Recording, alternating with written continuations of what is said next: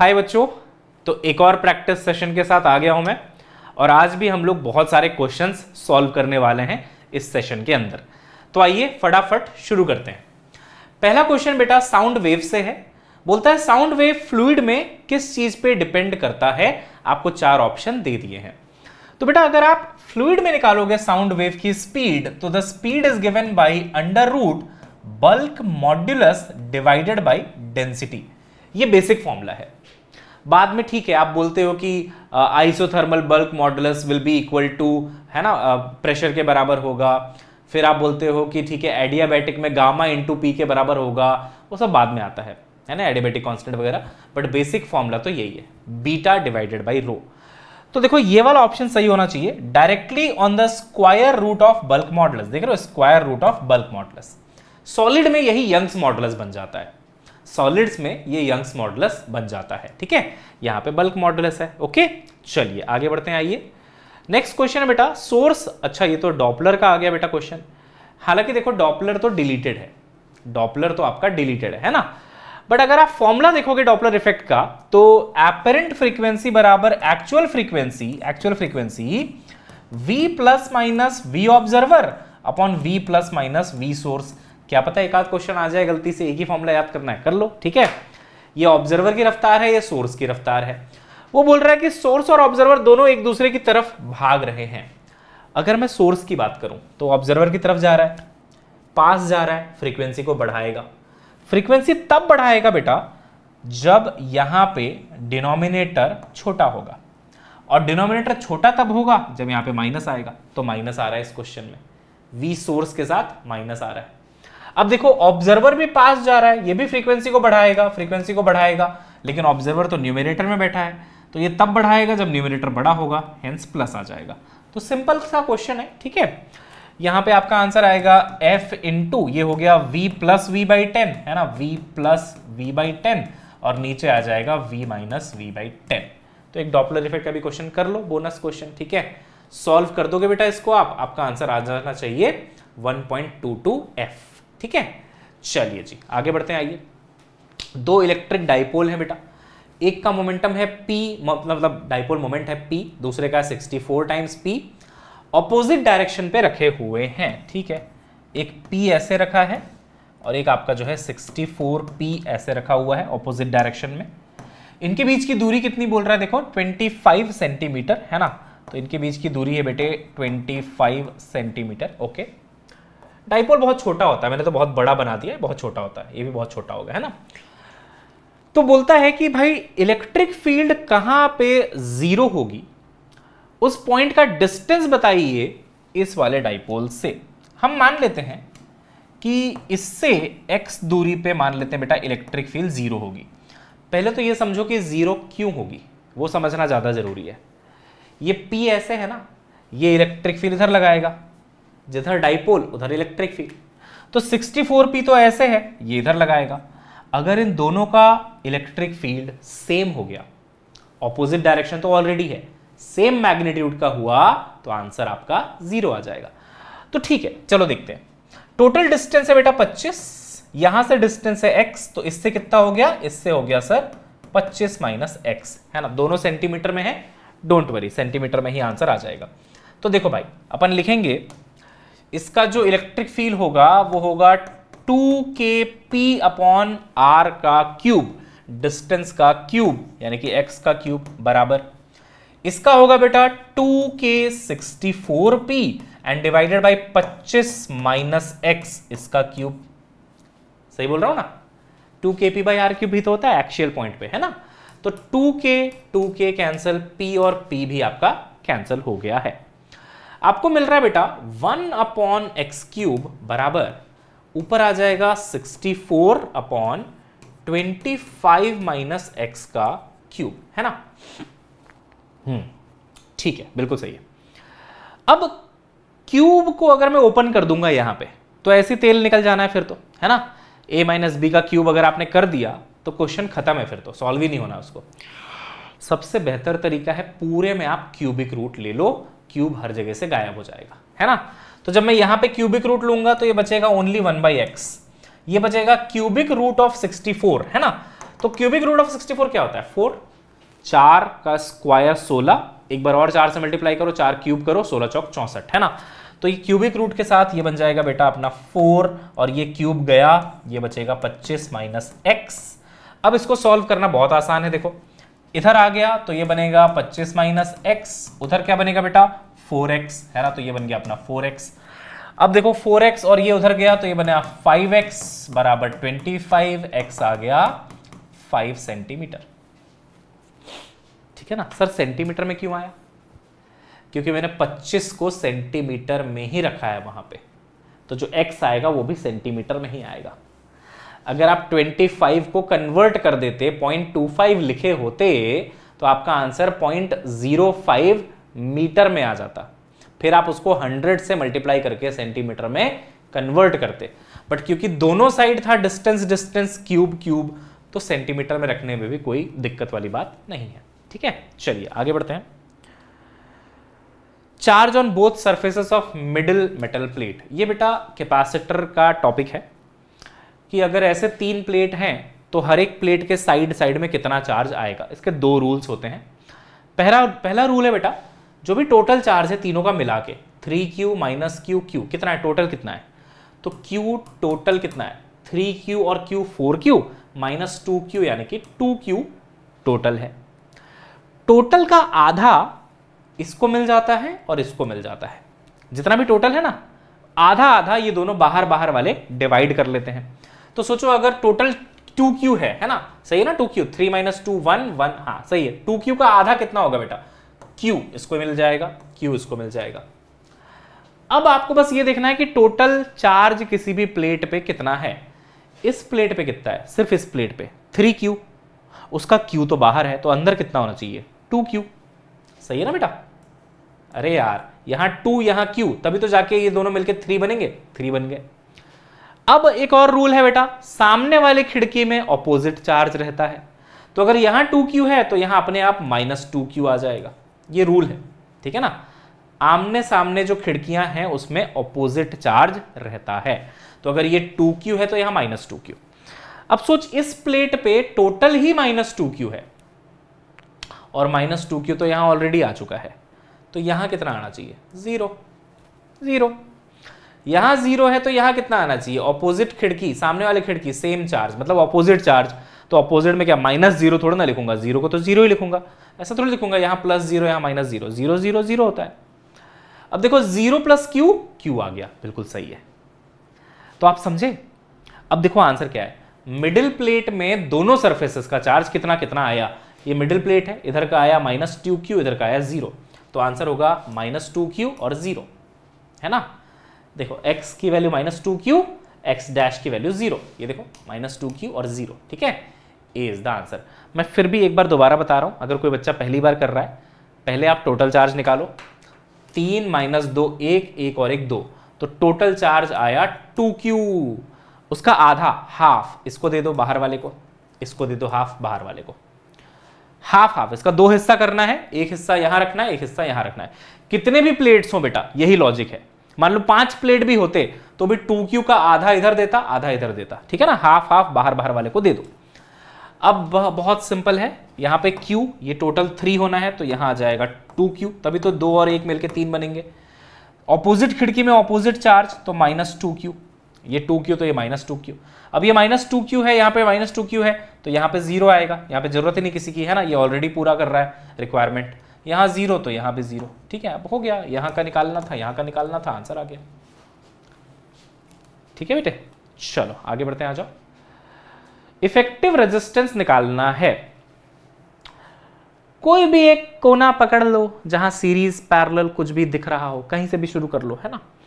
देखो मैं कहता हूं आप इन दोनों को पकड़ो बेटा, ये और ये, सुनना मेरी बात ध्यान से। जो भी करंट यहां से गया, मान लो I, उसको यहां से भी जाना पड़ेगा I, क्योंकि दोनों एक ही ब्रांच में कनेक्टेड है बेटा, है ना। तो ये 3 और ये 3 सीरीज में आ गए सर, तो 3 और 3 सीरीज में जुड़ जाएंगे, कितना हो जाएंगे 6, कितना हो जाएंगे बेटा 6। तो इसको मैं क्या करूं, कहां पे बनाऊं, इसी को थोड़ा थोड़ा मिटा देता हूं, है ना, फिर आप लोग अगले पेज में देख लेना एक्चुअल डायग्राम क्या था, या फिर मैं यहां पे इसको गंदा कर देता हूं, कोई बात नहीं, उसको साफ छोड़ देते हैं, इसको गंदा कर देते हैं। तो मैं क्या बोल रहा हूं कि आप इस 3 और 3 को हटाओ यहां से, है ना, इस 3 और 3 को आप हटाओ। ये देखो एक एक स्टेप बाय स्टेप बताऊंगा बेटा। 3 और 3 को आप हटाओ और इसके जगह पे क्या ड्रॉ करो बेटे, इसके जगह पे आप ड्रॉ करो एक 6 ओम का रेजिस्टेंस, इन दोनों पॉइंट्स के बीच में 6 ओम चमका। ये 3 3 क्या बन गया 6, तो ऐसा दिखेगा। अब देख बेटा ये 6 और ये 6, हाँ ये तो पैरेलल में है, देखो ना, यहां भी सेम पॉइंट में कनेक्टेड है दोनों, यहां भी सेम पॉइंट में कनेक्टेड है, तो ये 6 और ये 6 किस में आ गया, पैरेलल में आ गया सर। तो अगर ये दोनों बेटा पैरेलल में आ गए तो मैं इन दोनों को भी हटा देता हूं। ब्लैक कहां है, हाँ ब्लैक से हटेगा ना ये, तो मैं बेटा इन दोनों को भी हटा देता हूं, देखो है ना, इन दोनों को भी मैं हटा देता हूं। ये देखो 6 और 6 को मैंने हटाया, लेकिन 6 और 6 जब हटे तो उसके जगह पे कौन आएगा बताओ, 3 आ जाएगा, क्योंकि पैरेलल में r/2 हो जाता है, तो ये 3 आ जाएगा। समझ रहे हो, दो थे ना 6 6 के, तो 6 × 6 / 6 + 6 r1 r2 / r1 + r2, ये आ जाएगा 3 के बराबर, ठीक है। अब 3 आ गया। अब देखो यही प्रोसेस बार बार रिपीट होना है बेटा। अब ये 3 और 3 जुड़ेंगे तो 6 बनेंगे, है ना, तो फिर हटाऊंगा उसको, है ना, फिर से हटाऊंगा इन दोनों को यहाँ से। ये देखो ये 3 हट गया, ठीक है, ये 3 हट गया, ये 3 भी आपका हट गया यहाँ से, है ना, ये 3 भी आपका हट गया यहाँ से। अब ये दोनों मिलके क्या बन जाएंगे बेटा, फिर से 6 बन जाएंगे, क्योंकि सीरीज में थे। अब फिर से देखो ये 6 और 6 क्या बनेंगे बेटा, 3 बन जाएंगे, है ना। तो फिर से आप इसको हटा दो। ओहो ये क्या कर दिया मैंने, इन्नी, हाँ कोई बात नहीं। अब ये देखो 6 है, अब ये देखो 6 और 6 फिर से क्या बन जाएंगे बेटा, 3 बन जाएंगे, है ना, इसको आप चाहो तो हटा दो। अब ये 3 और 3 फिर से क्या बनेंगे, 6 बनेंगे। फिर देखो ये 6 और 6 क्या बनेंगे, तो 3 बनेंगे, तो ये हटा दो, यहाँ पे 3 बन गया। फिर देखो ये 3 और 3 क्या बनेंगे, तो फिर से 6 बनेंगे। लास्ट में यहाँ पे 6 बच रहा है, यहाँ पे 3, तो लास्ट डायग्राम ऐसा बनेगा, A B, इनके बीच में 3 और ऊपर में 6। अब 6 और 3 पैरेलल में आ गए, तो पैरेलल में आएगा 6 × 3 / 6 + 3, 2 ओम इज द आंसर, है ना यार।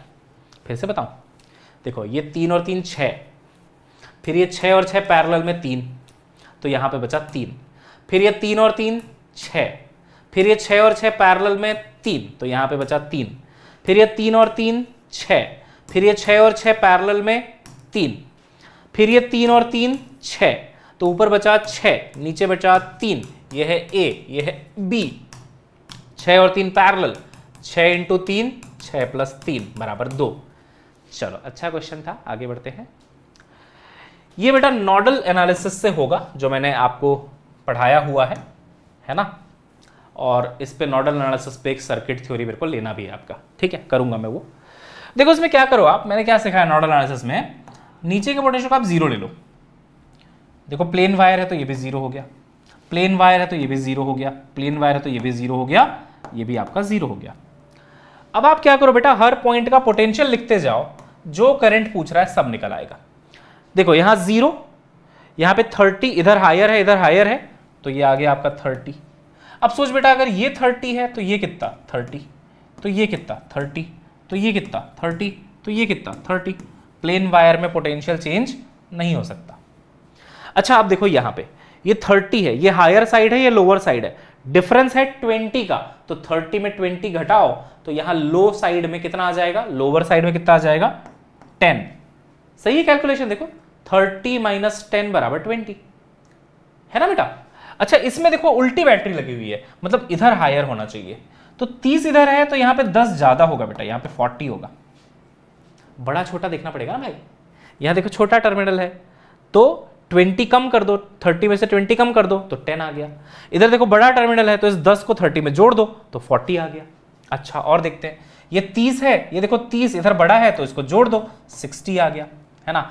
ये देखो बेटा 30 है, ये 30 घटा दो, इधर छोटा है घटा दो, 30 में 30 घटाओगे ये 0 आ जाएगा। अब हर ब्रांच का आप करंट निकाल सकते हो, चलो निकालते हैं। देखो बेटा इसमें कितना करंट गया, यहां पे 10, यहां पे 0, तो पोटेंशियल डिफरेंस 10, करंट होता है V/R, तो पोटेंशियल डिफरेंस 10, रेजिस्टेंस भी 10, तो करंट आ गया 10/10, 1 एम्पियर नीचे की तरफ। नीचे कैसे पता चला सर आपको, बेटा हायर से लोअर ही तो जाता है, ये 10 है ये 0 है, तो 10 से 0 की तरफ जाएगा करंट, है ना, हायर से लोअर की तरफ जाएगा।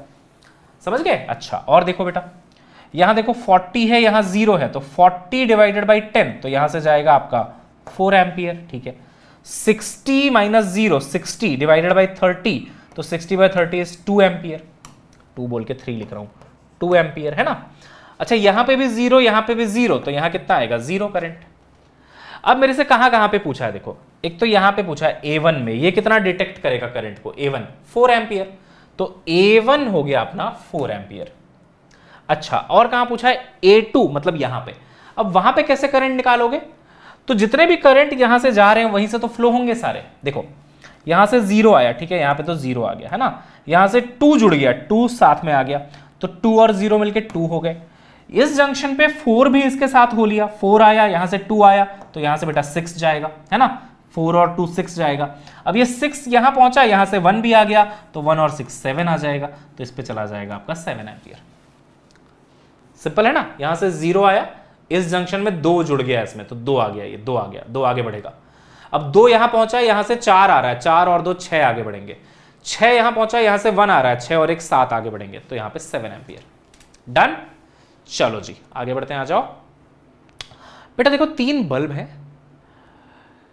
देखो यार, एक चीज बताता हूं, जब भी बल्ब वाला क्वेश्चन आए उसको बल्ब की तरह सोचो ही मत, कभी मत सोचो कि वो एक बल्ब है, उसको आप ऐसे सोचो कि वो एक रजिस्टर है। बल्ब का रेजिस्टेंस कैसे निकालते हैं वो मैं आपको बता देता हूं। देखो, P बराबर V स्क्वायर बाई R होता है ना, तो R बराबर V square by P। Bulb में हमेशा एक पावर गिवन होता है, और ये पावर किस वोल्टेज पे मिलेगा वो वोल्टेज गिवन होता है। इन दोनों को रेटेड पावर और रेटेड वोल्टेज बोलते हैं, बट इन पे भरोसा नहीं कर सकते हम, क्योंकि अगर वोल्टेज कम हुआ तो पावर भी बदल जाएगा, दोनों दोगले हैं। लेकिन जो चीज कभी नहीं बदलता किसी बल्ब का, वो है उसका रेजिस्टेंस। तो सबसे ज्यादा ट्रस्ट हम कर सकते हैं बेटा रेजिस्टेंस पे। तो देखो, रेजिस्टेंस सबसे पहले निकाल लो आप। रेजिस्टेंस कितना आ जाएगा? रेटेड वोल्टेज कितना है? Rated voltage upon rated power, है ना। तो रेटेड वोल्टेज कितना है? 120 वोल्ट, तो ऊपर आ गया 120 का स्क्वायर, यानी कि 120 इंटू 120, स्क्वायर करने से ये आएगा ना, हाँ। अपॉन रेटेड पावर कितना है बेटा? 60 है सर, तो 62 जा 2 इंटू 120, 240 ओम। अब मैं बल्ब को बोलूंगा हट, बल्ब की कोई आवश्यकता नहीं मुझे। अब मैं यहां पे एक रजिस्टर लगा दूंगा 240, यहां पे लगा दूंगा 240, यहां पे लगा दूंगा 240। बल्ब से मुझे नफरत है, बल्ब देखना मुझे पसंद ही नहीं है, मुझे रजिस्टर में उसको कन्वर्ट करना आता है। मैंने रजिस्टर में कन्वर्ट किया। अब वो बोल रहा है कि ये जो 3 बल्ब ऐसे, बल्ब नहीं 3 रजिस्टर ऐसे लगे हैं और यहां पे टोटल वोल्टेज 120 लगाया गया है, तो बताओ कितना पावर यहां पे कंज्यूम होगा? तीनों बल्ब का मिला जुला के कितना पावर कंज्यूम होगा? तो मैंने बोला यार एक बात बताओ, क्या power consumed I square into R होता है? हाँ, लेकिन यार करंट तो नहीं पता है मेरे को, करंट कौन निकालेगा? पागल हो गया मैं, करंट निकालूंगा? हट। अच्छा, पावर कंज्यूम का एक और फॉर्मूला होता है V स्क्वायर बाई R। हाँ यार, तो अगर मैं इसको R इक्विवेलेंट लिख दूं इसका सर्किट का, तो यार ये टोटल पावर कंज्यूम्ड आ जाएगा, और वोल्टेज तो 120 लगा ही हुआ है, 120 लगा ही हुआ है।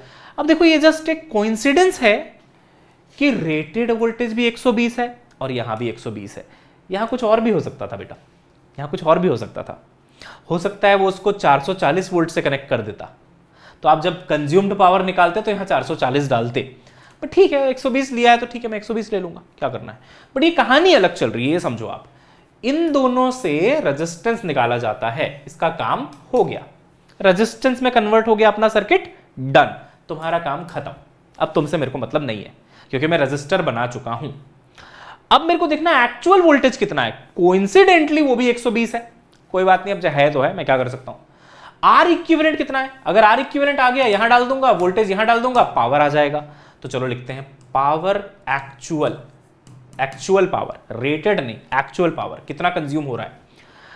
V एक्चुअल का स्क्वायर, ये भी 120 है, कोइंसिडेंटली अलग भी हो सकता है, तो 120 into 120 V square upon R equivalent. देखो ये दोनों पैरेलल, तो 240 240 पैरेलल में है, तो दोनों मिलके बन जाएंगे 120, फिर इस 120 के साथ ये 240 जुड़ जाएगा, है ना बेटे, क्योंकि डायग्राम कुछ ऐसा बनेगा ना, देख वो तो 240 रहेगा ही, इन दोनों का इक्विवेलेंट हो गया तेरा 120, तो ये दोनों अब सीरीज में आ गए, तो 240 और 120 जुड़ेंगे तो कितना आएगा 360, तो रेजिस्टेंस है बेटे 360। अरे यार इक्विवेलेंट निकालना तो आता होगा तुमको नमूनो, देखो फिर से बता रहा हूं, देखो डग डग डग डग डग डग डग डग डग डग, ये 240 था, ये 240 था, ये भी 240 था, ये दोनों पैरेलल, कितना आधा 120। अब ये दो बनाने के बजाय एक ही बनाओगे आप, है ना, तो ये हो गया 240 और ये एक ही बनेगा 120। अब ये दोनों सीरीज हो गए, देखो जो करंट यहां गया वो करंट यहां भी गया, तो सीरीज में जुड़ जाएंगे 360।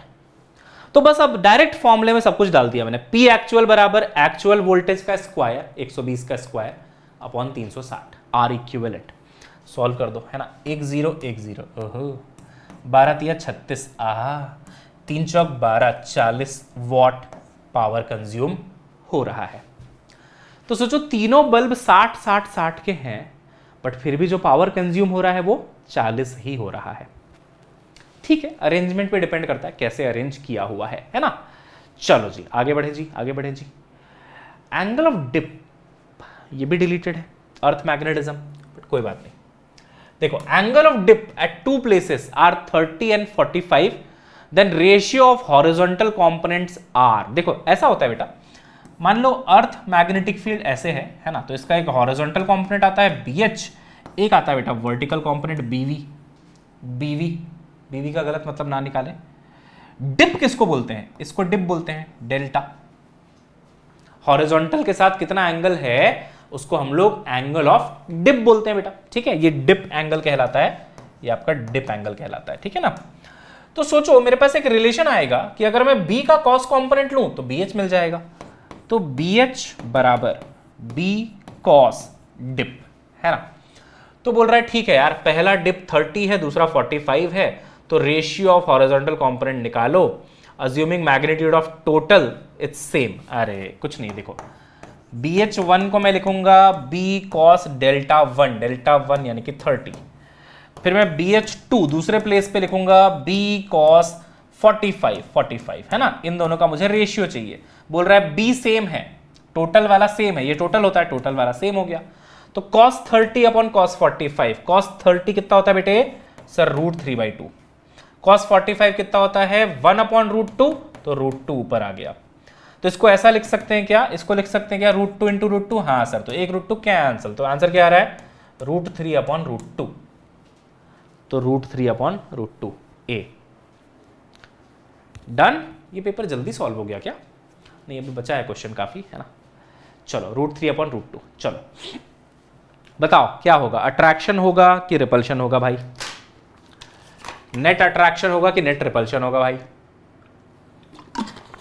देखो मैंने क्लास में बताया है, आप नोट्स चेक करना, कि जब दो वायर में करंट सेम डायरेक्शन में होता है तो उनके बीच में अट्रैक्शन होता है, तो मतलब ये और ये एक दूसरे को पक्का अट्रैक्ट करने वाले हैं।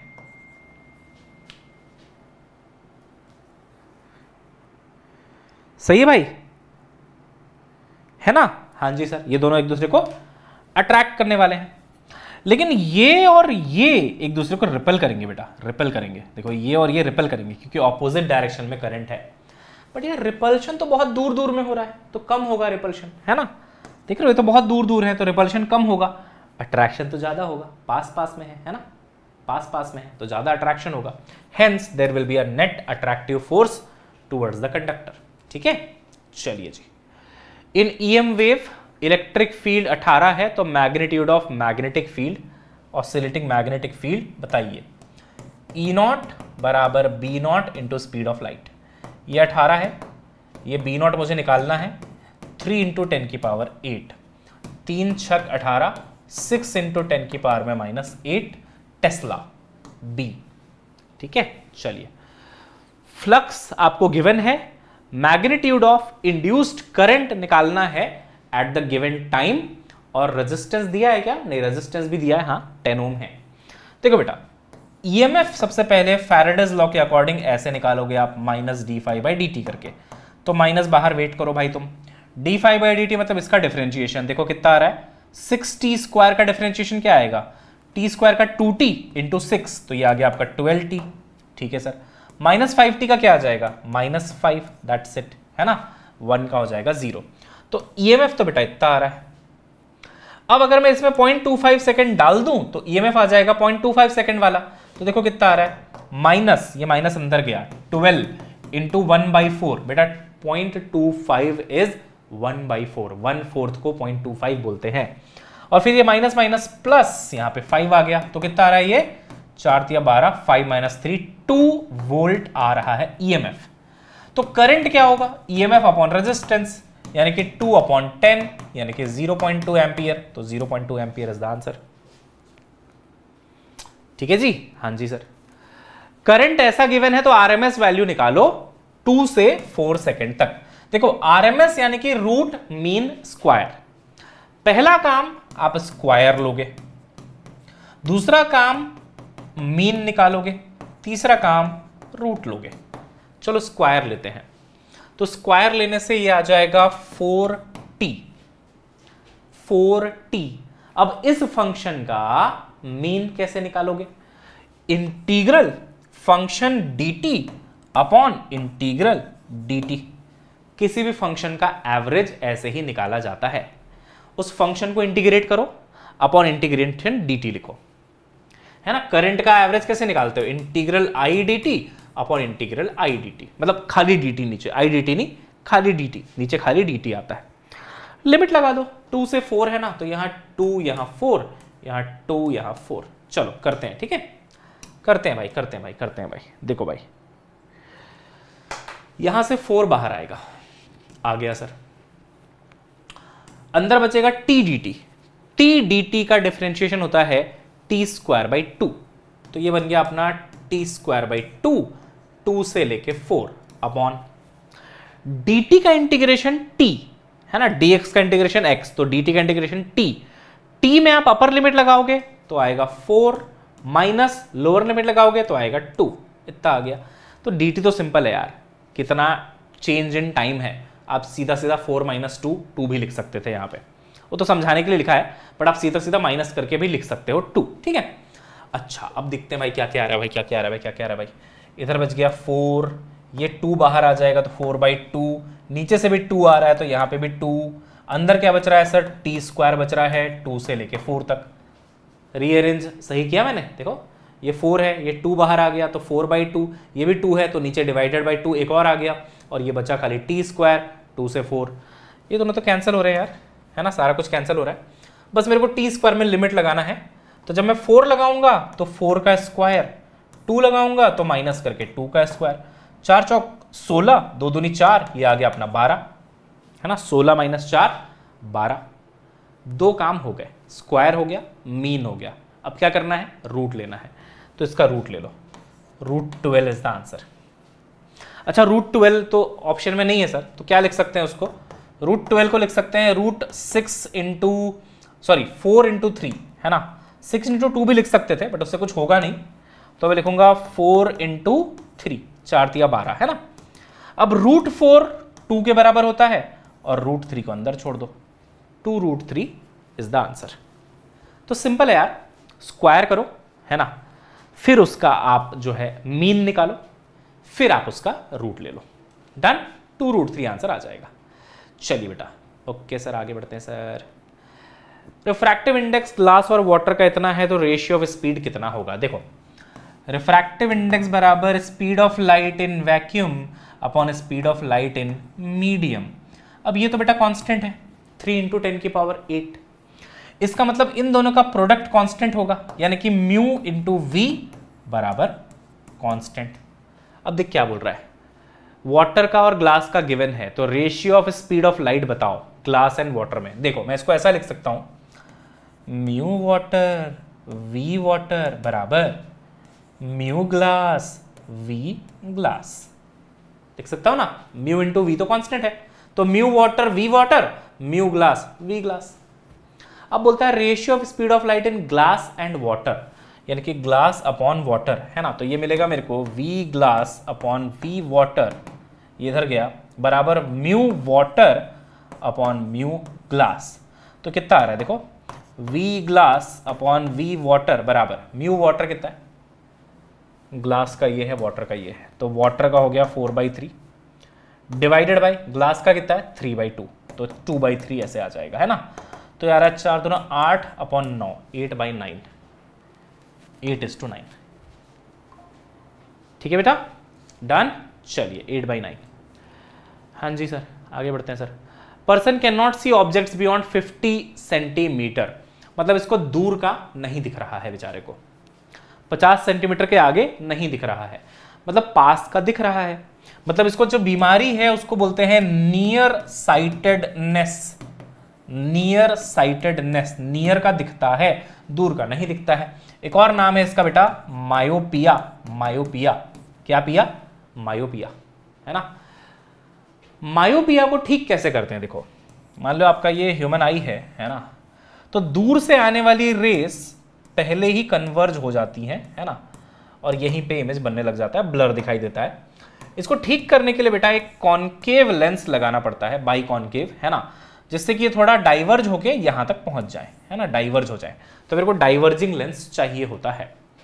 और कॉनकेव का फोकल लेंथ नेगेटिव होता है, तो अगर कॉनकेव का फोकल लेंथ नेगेटिव है तो बेटे, नेगेटिव लिखना चाहता था मैं, है ना, नेगेटिव है तो बेटे पावर भी क्या होगा, नेगेटिव होगा। अब देख नेगेटिव पावर वाला एक ही ऑप्शन है, फंस गया एग्जामिनर, फंस गया, बाकी सब में प्लस दिया है, प्लस प्लस प्लस, यहां फंस गया बेचारा। माइनस वाला एक ही ऑप्शन है, मायोपिया को करेक्ट करने के लिए नेगेटिव फोकल लेंथ और नेगेटिव पावर चाहिए, आंसर इज बी। ये देखो, पर तुम बोलोगे नहीं सर सॉल्व करके दिखाओ, देखो बेटा 1/v है ना माइनस 1/u बराबर 1/f होता है। हाँ सर, जहां तक उसको दिखाई देता है, कहां तक दिखाई देता है, 50 सेंटीमीटर तक, जहां तक दिखाई देता है वहां पे इमेज बना दो आप, वहां पे आप इमेज बना दो, तो इमेज बनेगा -50 पे, है ना, लेंस के आगे -50 पे, माइनस 1/u। u क्या है, ऑब्जेक्ट, किसको देखना चाहता है, किन चीजों को देखना चाहता है, दूर पहाड़ियों वादियों को देखना चाहता है, मतलब इंफिनिटी को देखना चाहता है वो, तो ऑब्जेक्ट बनेगा इंफिनिटी पे, ऑब्जेक्ट रखा है इंफिनिटी पे, उसको देखना चाहता है ये, तो ये इंफिनिटी बराबर 1/फोकल लेंथ, है ना बेटे, 1/फोकल लेंथ। अब देखो मेरे को नहीं पता फोकल लेंथ पॉजिटिव नेगेटिव, तो मैंने ऐसे ही लिख दिया। अब देख बेटा ये तो अपना 0 हो जाएगा।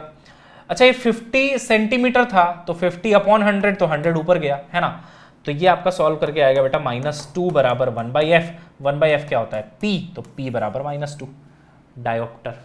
ये 100 कैसे आया, 50 सेंटीमीटर में है, डायोप्टर में पावर चाहिए अगर आपको तो मीटर में रखना पड़ता है, तो या तो आप 0.5 लिखो या तो उसको 100 से डिवाइड करो, 100 से डिवाइड करोगे तो 100 ऊपर जाके बैठ जाएगा यहाँ पे, वही मैंने बिठा दिया, तो 100/50 इज 2, -2 आ गया आंसर, है ना।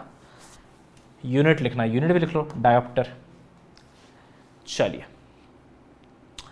बोल रहा है कौन सा द फॉलोइंग सर्किट, अच्छा असर्शन रीजन, अच्छा लॉजिक गेट में असर्शन रीजन, वाह मान गए गुरु। Following circuit represents OR gate, ये क्या है, नॉर, नॉर में क्या लगा हुआ है, नॉट, क्योंकि दोनों का इनपुट सेम है। हाँ तो नॉर प्लस नॉट सही तो है, और अच्छा तो पहला तो सही है, पहला तो सही है। रीजन बोलता है कि भाई y बराबर x बार, y बराबर x बार, ये भी सही लग रहा है, देखो x यहां है तो ये x बार हो जाएगा, तो y बराबर x बार, और x बार बराबर a प्लस बी का डबल बार, यानी कि a प्लस बी का डबल बार। हाँ क्या बात है, ये भी सही है और करेक्ट एक्सप्लेनेशन भी है ये। देखो कैसे, मैं बताता हूं, तुम टेंशन मत लो, मैं बताता हूं। देखो बेसिकली तुम यहां से चालू करो, ठीक है, ये a और b हो गया, ठीक है सर। अगर ये और गेट होता तो क्या देता, a प्लस बी देता, लेकिन ये तो नॉर है तो बार हो गया। अब ये a प्लस बी का बार है a प्लस बी का बार है, ये नॉट में एक बार और बार लग जाएगा इसमें, तो डबल बार मतलब क्या, जो पहले था वही आ जाता है, तो वही तो लिखा है इसमें, देखो डबल बार, 2 बार इन्वर्ट हुआ वापस आ गया आंसर, है ना, हेंस दिस इज एन और गेट, और में a प्लस बी आता है। तो ए भी सही है, बी भी सही है, और बी ए का करेक्ट एक्सप्लेनेशन भी है। तो A is the correct option. ठीक है, अच्छा क्वेश्चन था यार। चलो भाई, energy of a photon light wavelength 450 nanometre. कुछ नहीं है यार, देखो एनर्जी होता है 1240 actually upon lambda in nanometre. ठीक है ना, तो 1240 अपॉन ये आ गया आपका 450। ठीक है, ये जो है दो आपका कैंसिल हो गया। ठीक है ना, अब बस इसको आप सॉल्व करोगे तो यहां से आंसर इलेक्ट्रॉन वोल्ट में आ जाएगा। उसको मल्टीप्लाई कर देना, जो भी आंसर आएगा उसको मल्टीप्लाई कर देना 1.6 10 की पावर -19 से, क्योंकि जूल में पूछा है वो, है ना बेटा, क्योंकि वो आपसे जूल में पूछ रहा है। तो आंसर एक्चुअली ऐसा कुछ आएगा 124 divided by 45 multiplied by 1.6 into 10 की पावर में -19। ठीक है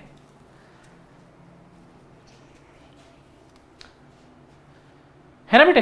तो सॉल्व करने से कुछ आ रहा होगा 4.4 के आसपास। ठीक है, 4.4 के आसपास। ठीक है बेटा, चलो आगे बढ़ते हैं।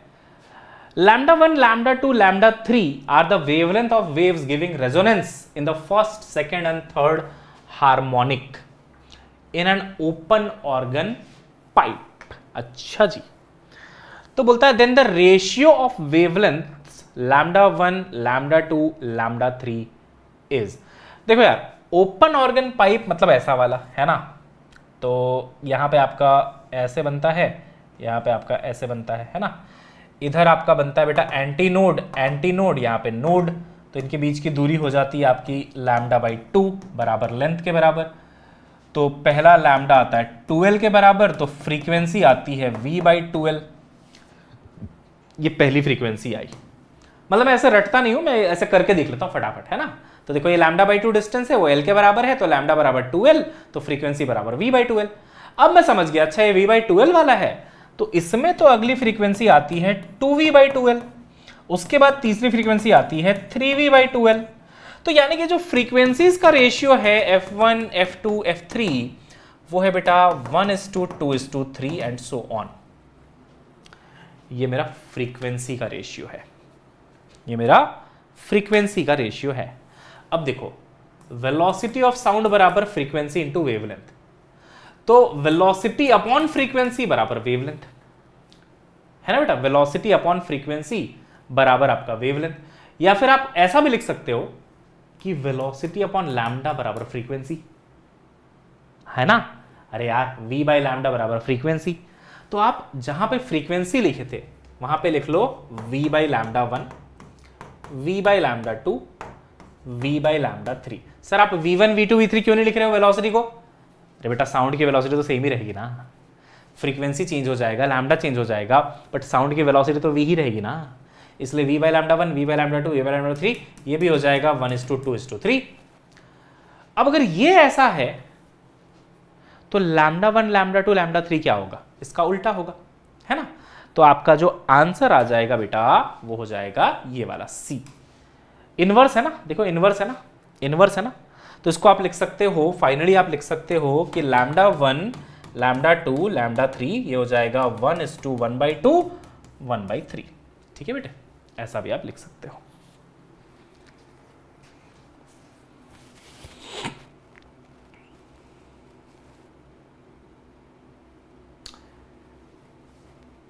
डन बेटा।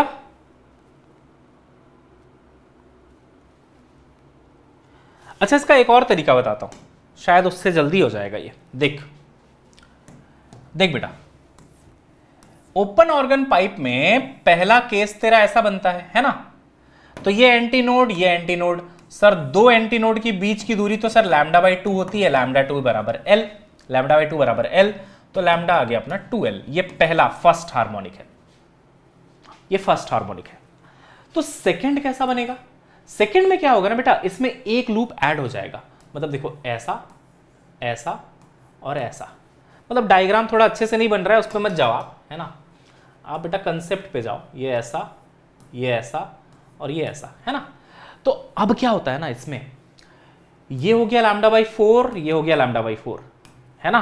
तो यानी कि कुल मिला के मैं आपको ऐसा बता देता हूं, ये कितना था, λ/2 था यहां से यहां तक, इसमें एक लैम्डा जुड़ गया नया, देखो ना, ये और ये तो अभी भी है, देखो ना, ऊपर वाला नीचे वाला तो अभी भी है, एक लैम्डा एक्स्ट्रा आ गया है ना, एक लैम्डा बाई, हाँ लैम्डा एक्स्ट्रा आ गया, ठीक है बेटा। तो आप उसमें लैम्डा जोड़ दोगे तो ये बन जाएगा आपका 3 लैम्डा बाई 2। कितना बन जाएगा बच्चों? 3 लैम्डा बाई 2।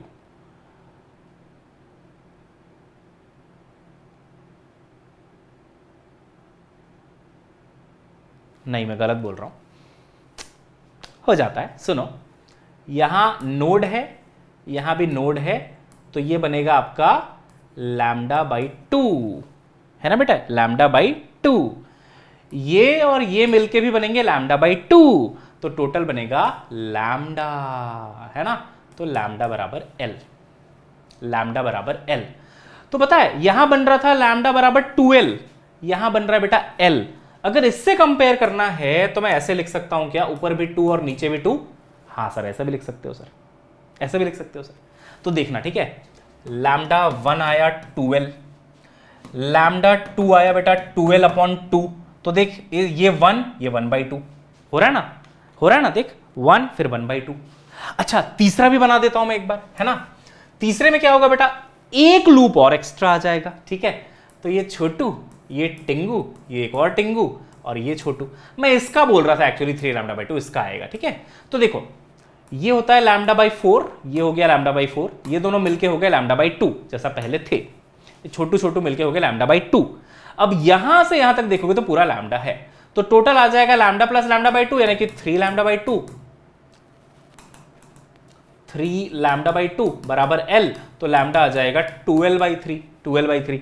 अब देख बेटा 2l तो सब में कॉमन है ना, जब तू रेशियो निकालेगा लैम्डा 1, लैम्डा 2, लैम्डा 3, 2l तो सब में कॉमन है, कैंसिल ही हो जाना है। यहां बचेगा 1:2, यहां बचेगा देखो 1/2, यहां बचेगा बेटा 1/3, है ना। तो ऐसे भी आप कर सकते हो अगर आपको केसेस पता है कि कैसे कैसे, ये देखो फर्स्ट हार्मोनिक, ये आपका सेकंड हार्मोनिक, ये आपका थर्ड हार्मोनिक, है ना, ऐसे ये बनता है।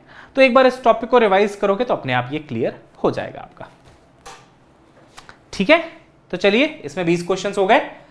अब बेटा लास्ट में आपको मैं बता दूं, वेदांतु नीट रेप्लिका आ चुका है। हम लोग 24 अप्रैल को ऑफलाइन ऑनलाइन एक मेगा टेस्ट कंडक्ट कर रहे हैं, जिसको आप दे सकते हो और अपनी नीट की प्रिपरेशन को नेक्स्ट लेवल पे ले जा सकते हो, ठीक है। इसके लिए आपको डिस्क्रिप्शन में एक फॉर्म दिया होगा, वो फिल कर देना होगा बच्चों, और आप ज्वाइन कर पाएंगे इस टेस्ट सीरीज को, ठीक है। इसके अलावा देखो, ये तो चलो सिर्फ 24 को हो रहा है ना। आप बोलोगे सर हमें तो लगातार चाहिए सर टेस्ट, है ना, एक टेस्ट से हमारा क्या होगा, हमें तो और टेस्ट चाहिए। देखो ये भी फ्री ऑफ कॉस्ट है, और ये free of cost test series भी आपके लिए AIMT, या तो आप इस QR कोड को स्कैन कर लो, या तो आपका इसका भी लिंक हम लोग डिस्क्रिप्शन में डलवा देंगे बेटा। AIMT 6 अप्रैल से 28 अप्रैल तक हो रहा है, सेम टाइम है 2 से 5:20, बट ये सिर्फ सैटरडे और संडे को होगा, फ्री ऑफ कॉस्ट है, दीजिए। बेस्ट क्वेश्चंस आपको मिलेंगे बेटा, और साथ ही साथ आपको क्या होगा, AIR भी देखने को मिल जाएगा, ठीक है। तो चलिए पढ़ाई करते रहिए, मिलते हैं बेटा नेक्स्ट क्लास में, तब तक के लिए bye bye, have a nice day, see you soon, bye, good bye.